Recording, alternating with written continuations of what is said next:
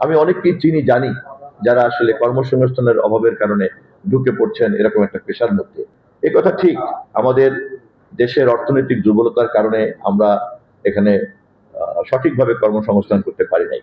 আমাদের শিক্ষা কারিকুলামের মধ্যেও আমরা যোগ্যতার মানদণ্ডকে সঠিকভাবে সার্টিফিকেশন কোর্সের মধ্যে নিতে পারি নাই, এবং এইভাবে অপরিকল্পিত শিক্ষিত বেকার হওয়াটাও একটা কারণ। সাংবাদিকতার জগৎ কলুষিত হওয়ার এটা আর একটা কারণ।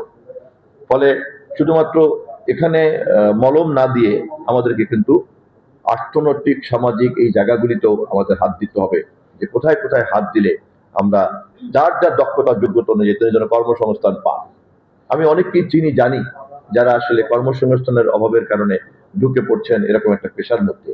আবার এই পেশার যথাযথ ট্রেনিং না থাকার কারণে তিনি ভুল ভ্রান্তির মধ্যে জড়িয়ে পড়ছেন, কখনো কখনো অপরাধের অংশীদার হয়ে পড়ছেন। কিন্তু এইগুলির দৃষ্টান্তের কারণে গণমাধ্যমের স্বাধীনতাকে, গণমাধ্যমের মুক্ত চিন্তার ক্ষমতাকে, গণমাধ্যমের দায়িত্বশীল ভূমিকাকে খাটো করা যাবে না, এবং এটাকে আরো অনেক বেশি মহিমান্বিত করতে হবে। আপনাদের তৈরি করা সংগঠনগুলি এই বিষয়গুলি নিয়ে খুব গভীরভাবে আপনারা কাজ করবেন, এটা আমরা আশা করি। খেয়াল করবেন যে যখনই কোনো হীন এবং খুব ছোট ছোট স্বার্থের ব্যাপার কাজ করে, তখনই কিন্তু সবাই মিলে কিন্তু একটা সংগঠিত হওয়া যায় না, তখনই ছোট ছোট পকেট তৈরি হয়ে যায়, এমনকি ব্যক্তিগত পকেটও তৈরি হয়ে যায়, অমুকের লোক তমুকের লোক। পেশা যদি সাংবাদিকতায় হয়, তাহলে তো পেশাদারদের তো একটাই সংগঠন থাকার কথা, কিন্তু নানান অজুহাতে দেখা যায় যে নানান রকম বিরোধ কাজ করে। যে যুক্তি হাজির করা হোক না কেন, পেশাদারিত্বের ভিত্তিতে এত সংগঠন থাকার কথা না। অতএব আপনাদের এটাও কিন্তু আপনাদের খেয়াল করতে হবে। পরিশেষে আমি আপনাদেরকে বিনীতভাবে মনে করিয়ে দিচ্ছি, এখনকার সমাজ কিন্তু আমাদের যে কোনো সংগঠিত ভূমিকা যারা পালন করি, রাষ্ট্র হোক, সমাজ হোক, মালিকানা হোক, সাংবাদিকতার পেশা হোক, এর বাইরে কোটি কোটি মানুষ ডিজিটাল প্ল্যাটফর্মে যেভাবে ঘোরাঘুরি করে, ফলে চাইলেই কিন্তু ক্ষুব্ধ মানুষ জড়ো হয়ে যাচ্ছে। কালার এক্সপার্ট, জর্জ স্যাপ এবং মাইল্ড অন হ্যান্ডস টেকনোলজি সমৃদ্ধ অরিক্স ক্রিস্টাল ওয়াশ আপনার লন্ড্রি এক্সপার্ট।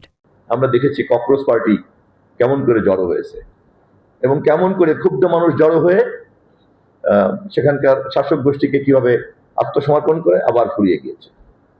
পৃথিবীতে আরো কিন্তু বহু বহু উদাহরণ আছে।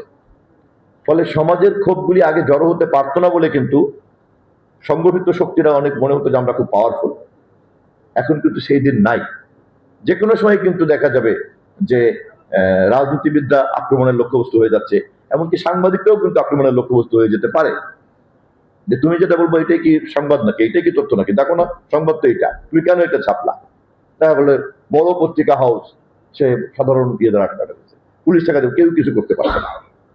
আমি আপনাদের সঙ্গে আন্তরিকভাবে এই পেশার একটা দায়িত্বশীল সমাধান চাই বলে কিন্তু এই বাস্তবতাগুলিকে আপনাদের সামনে তুলে ধরলাম। ফলে ছোট ছোট চিন্তা না করে আপনাদের কিন্তু অনেক বড় চিন্তা করা উচিত, এবং আপনাদের কাছ থেকেই সঠিকভাবে মাঠের পরামর্শগুলি আসতে পারে। আবার আমি সারা দেশ থেকেই যেটি পরামর্শগুলি পাচ্ছি, তাহলে আমি যখন কোনো একটা মন্তব্য করি, আলোচনা করি, এটা কিন্তু কেবলই আমার মন্তব্য না।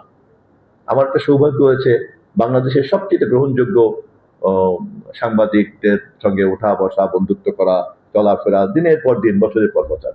আবার আমার এটাও সৌভাগ্য হয়েছে সাংবাদিকতার নামে যত নিম্নরুচির কাজগুলি হয় সেগুলো খুব কাছের থেকে দেখার, রাজনৈতিক কর্মী হিসাবে সেসব তিক্ত অভিজ্ঞতাও আমার আছে। আমি খুবই সৌভাগ্যবান যে আমার অভিজ্ঞতার ঝুড়িটা একদম বটম লেভেল থেকে টপ লেভেল পর্যন্ত I could have a journey. আমার এখানে শাটল জার্নি করেছি এবং করছি, এখনো করছি। তা আমি বরিশালের সাংবাদিক হিসেবে আপনাদেরকে অনুরোধ করবো, আমার ভালো লাগছে যে একটা বড় একটা ফোরাম আপনারা তৈরি করেছেন। আমি জানি না এর আগে এরকম ছিল কিনা, এটাকে আরো বড় করা যায় কিনা, এর বাইরেও যদি কেউ থাকে সেটাকেও জড়ো করা যায় কিনা। ভিতরের সমস্যাগুলিকে সমাধান করার বিধিমালা তৈরি করেন, আইন তৈরি করেন, গঠনতন্ত্র তৈরি করেন। একটা সমাজ অথবা একটা সংগঠন কতটা সভ্য তা কিন্তু নির্ভর করে তার পরিচালনা পদ্ধতি, সে কত যৌথভাবে করতে পারে।